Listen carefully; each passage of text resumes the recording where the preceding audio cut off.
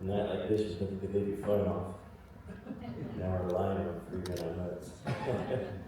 I mean, pretty much that's my speech in a nutshell. Somebody who just, for me, I don't know that it's here about thanking individual people or sponsors, people, teams that I work for. I feel like I did a good job of that in the moment. For me, it's sharing my love for motorcycle racing. I can't think of anything else in my life other than just racing dirt bikes. Obviously, an Aussie kid, I feel like I lived 2 different lives. Until I moved to the US, I moved here when I was 18 and I was young as a kid, and my adult life, I look at myself as an American, so I'm pretty lucky to choose 2 good people, places.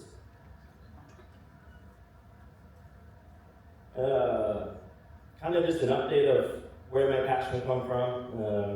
Started out riding horses with my dad, and then my cousin had a dirt bike.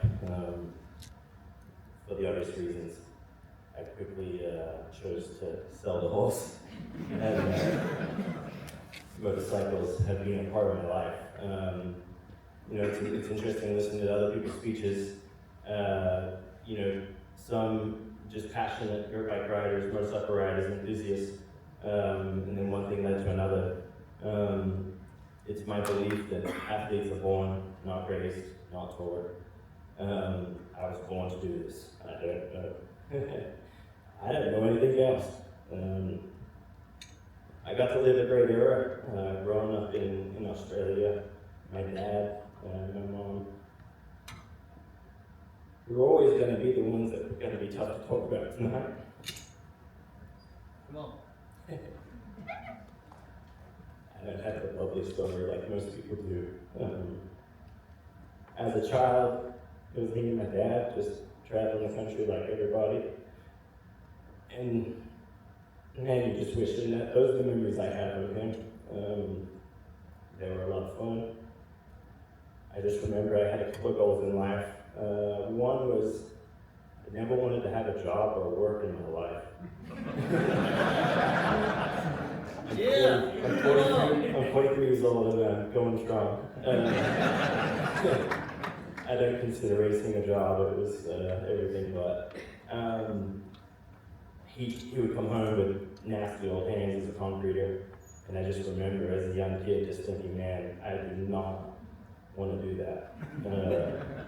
And I took the passion that he supported a lot and just rode dirt bikes. I lived in such a cool era.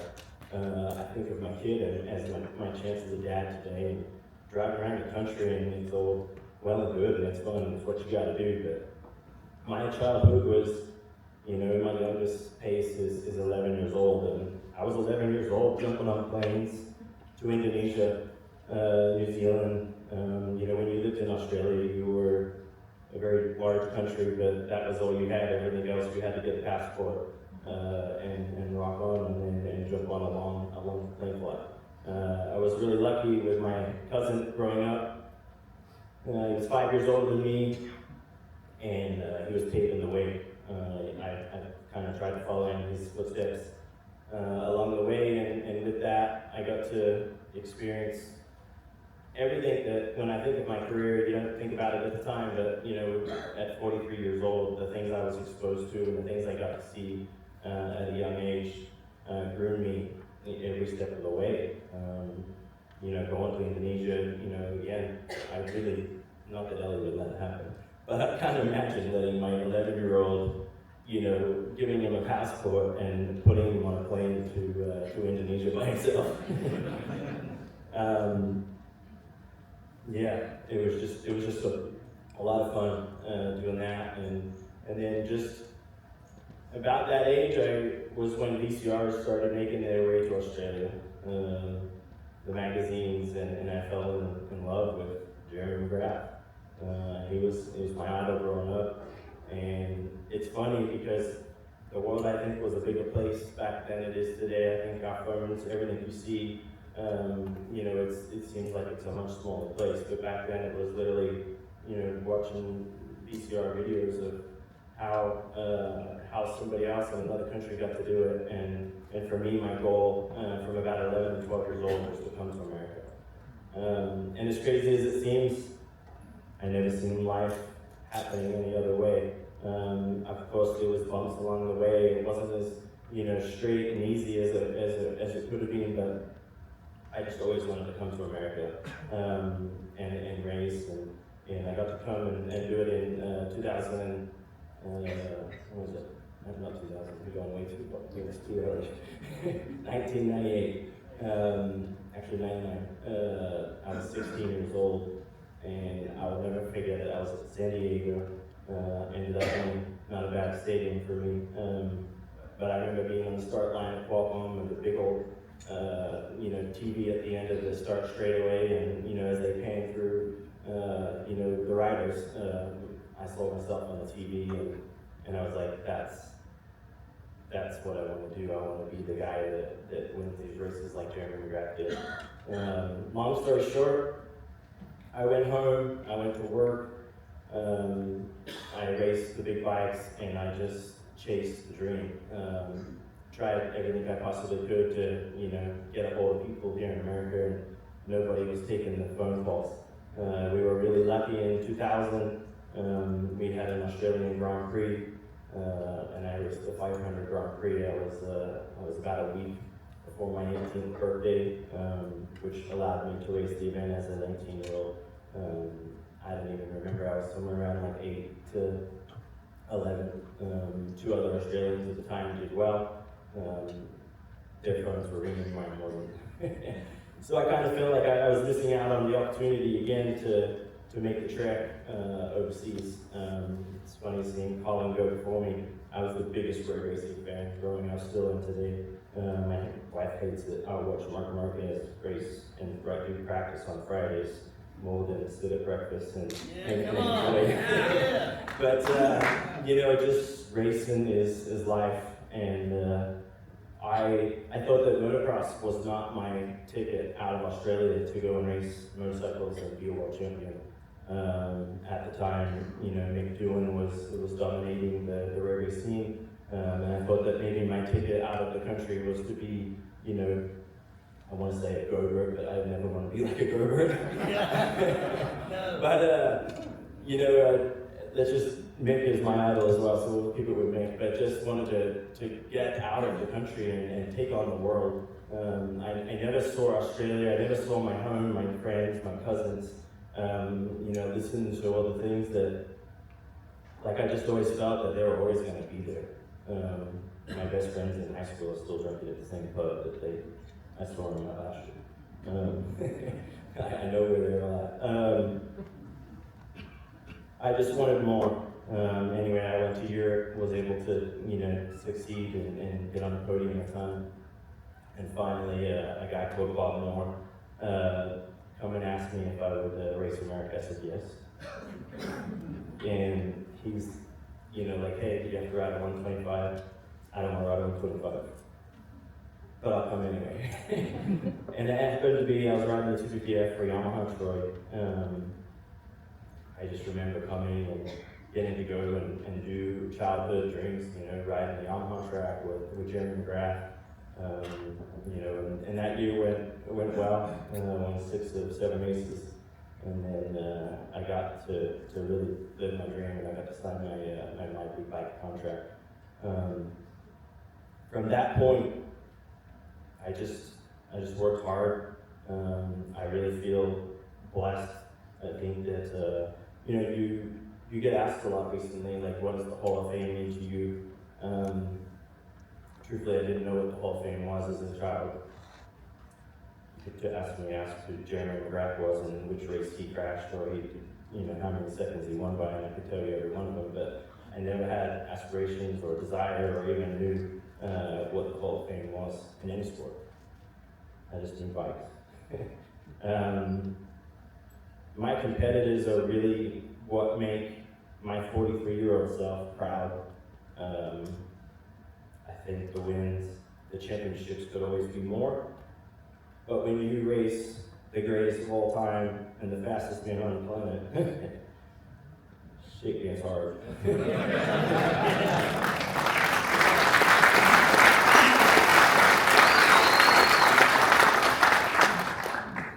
And though I had a lot of rough Sundays, how to figure out how to, dig yourself out of the hole or pick yourself back up from beating, I always managed to do that. And I truly believe that those two individuals in particular make, everything that I did. It's the videos, it's the conversations that you have. And once upon a time, I thought that there would be horrible conversations, but it makes me proud to be in that conversation today. So I think reflecting on leaving Australia, I was Come on, you got it.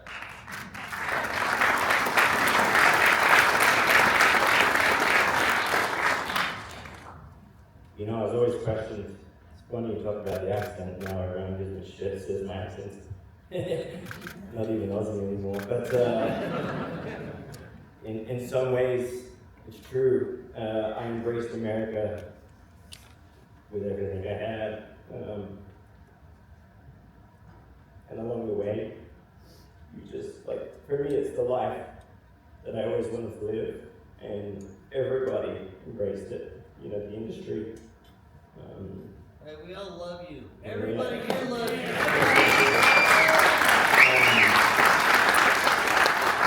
My dad, when I was leaving, I was taking my then girlfriend,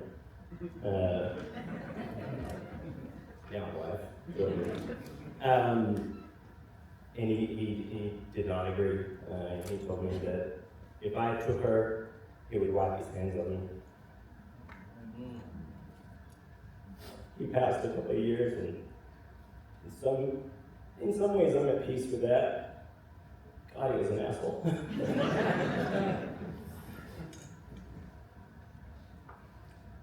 And maybe somewhere up there, never once did he say he was proud to me, or he told everybody else.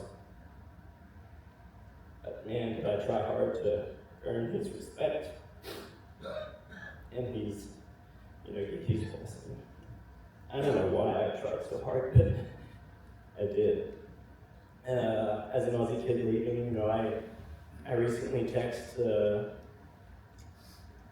Dazzy, who is the Lawrence brothers' father. I just kind of, texted him and said, congrats, the boys crushed it this year. He wrote back, he says, thanks, mate, you created the dream. Yeah, come on.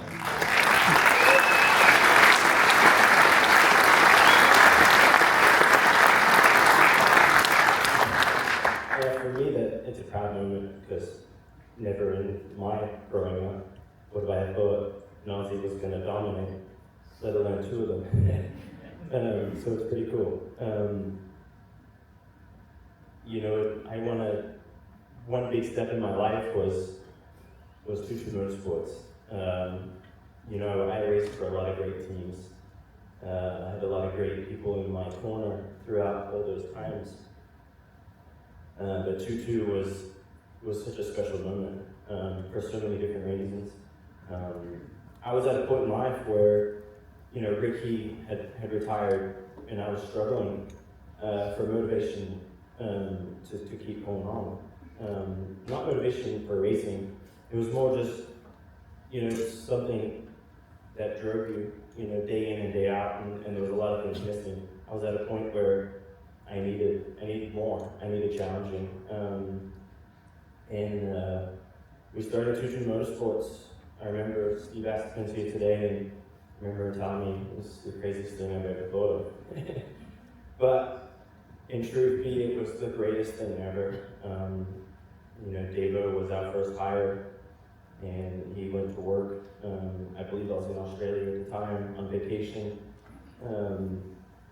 And Steve got one sponsor that was at a considerable number that I felt could pay the bills, or at least half of it.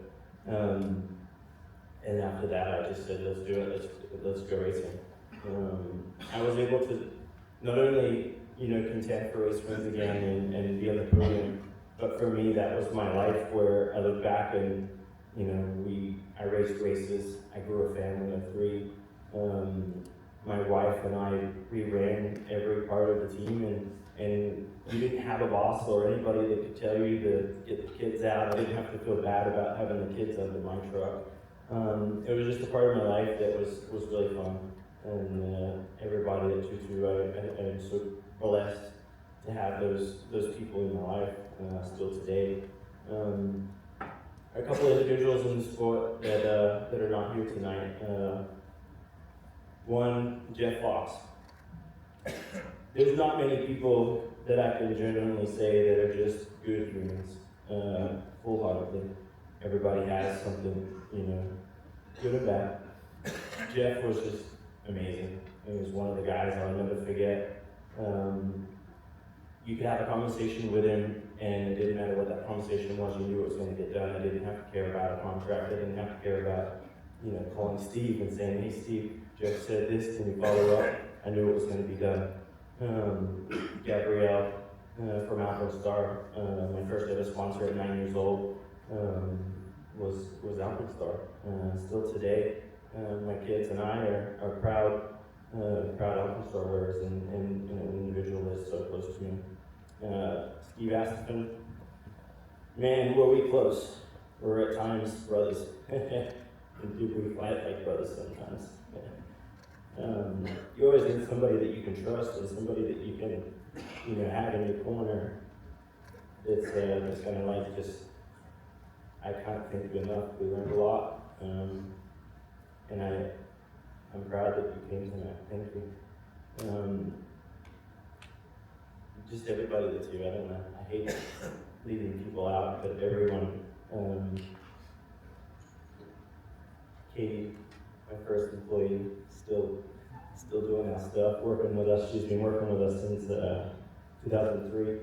It makes me really proud that you're around, and not only do you my American mom, but you're just awesome. You and Ryan, thank you so much for always being here. Post racing, Ryan, Justin, Fred, I'm so honored to have you two here. Post racing, you have different goals, and you 3, in different ways, bring something to my life that makes me really proud to be a dad, to be a husband, to be a family man. And it's just, it's really cool that you guys are here. And part of it, take high pace. Of all the achievements that I've ever had, you 3 are on my championship, the best one. Moto Dad, come on. I didn't see the Moto Dad ever happen, if I'm honest. I retired in 2020 and the world went crazy with COVID, and they decided we got rid of everything, sold the track and moved away from Florida, and then they decided that we're going to go race dirt bikes. It would have been nice to know that a year or 2 earlier. 2028, I can't wait to be back in the paddock. The AMA Pro Motocross and the AMA Supercross for me is my life. I would say that some of my best achievements, and I'm glad that you go into the Hall of Fame as an older rider. Or maybe I just raced so long that the 5 years put me at 43. With that said, I rode on Tuesday. I'm feeling it a little bit today. But man, is Supercross cool. And I have a ridiculous idea that racing at 40 would be fun.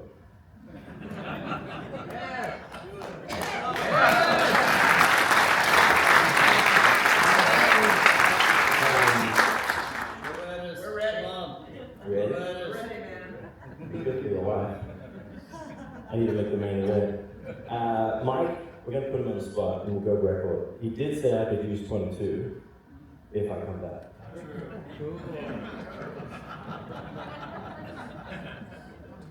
I'm not coming back.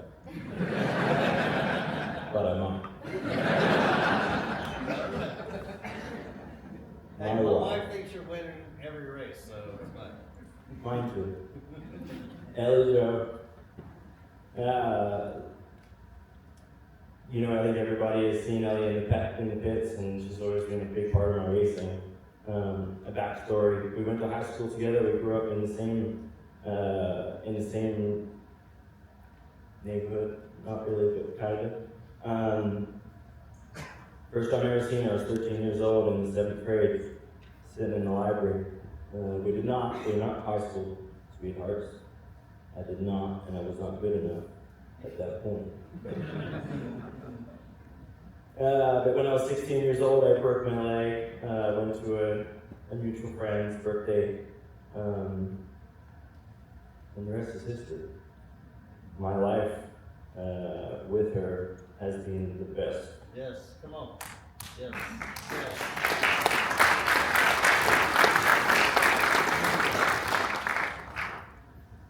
I chose you over my family. It's true. Can't believe that I was given that option, but shame on him. But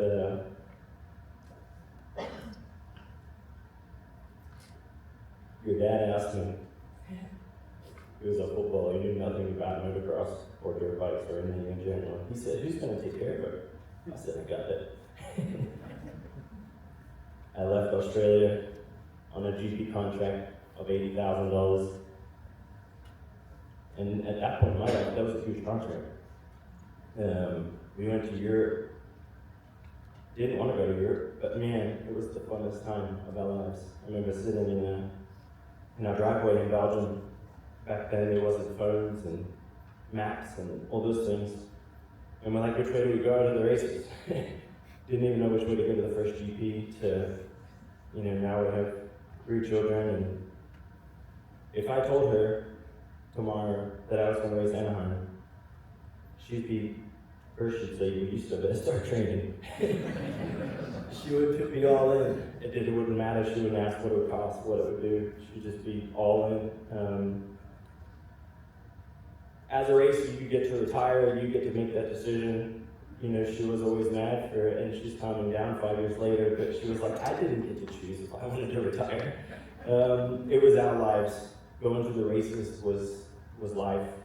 So with saying that, being in the AMA Hall of Fame is such an honor, because it is my life.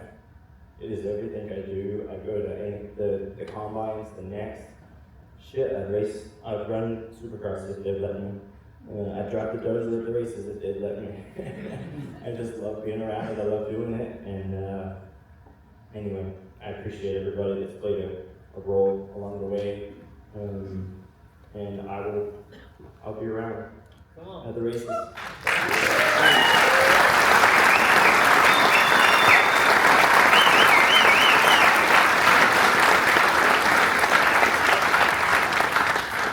So much for sharing your life with us. We really appreciate it, and congratulations. Absolutely. And Chad, thinking about you growing up in Australia and starting your racing career there, what does this moment mean to the boy who dreamed about going to America and becoming a champion? I mean, the naive kid would be about time. Honestly, I never didn't see everything that happening. It was what I expected. It's really painful at times to have that thought process because nothing's ever good enough. And as a kid, I just wanted to be the best, and I did everything I possibly could to be here. As a 43-year-old retired guy with 3 children that love dirt bikes, and with one with a current goal of 2028 going pro racing. It makes me really proud to be able to give him everything I possibly can to do it, just not like me, but better than me, do better than me. Chase your dreams. And your dreams.